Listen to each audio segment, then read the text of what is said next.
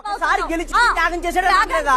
త్యాగం చేశాడు ఆయన. మళ్ళీ గెలుచుకుంటే త్యాగం చేసేస్తాడేమో అని నేను త్యాగం చేశాడని అన్నావా లేదా?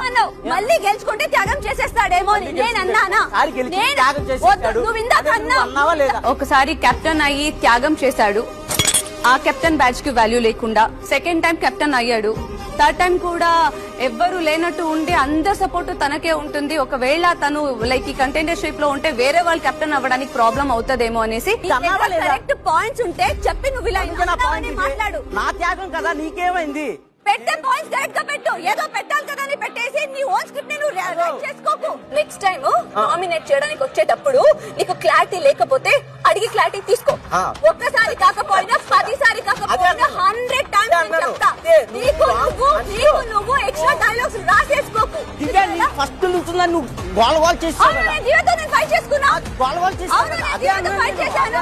నువ్వు క్లెవర్ గా తెలివిగా సేఫ్ గా ఉన్నావు చూడు అక్కడ.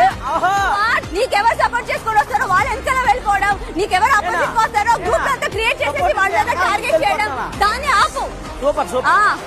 ఫస్ట్ థింగ్ నామినేట్ చేసేటప్పుడు నీ క్రియేటివ్ థాట్స్ ని పక్కన పెట్టు. ఉండేది చెప్పు. నేనేం మాట్లాడానో అది చెప్పు. నేనిది నువ్వు క్రియేట్ చేసి మాట్లాడకు. చెప్పా చేసావు కాబట్టి చెప్పా. నచ్చకపోతే వేసుకో.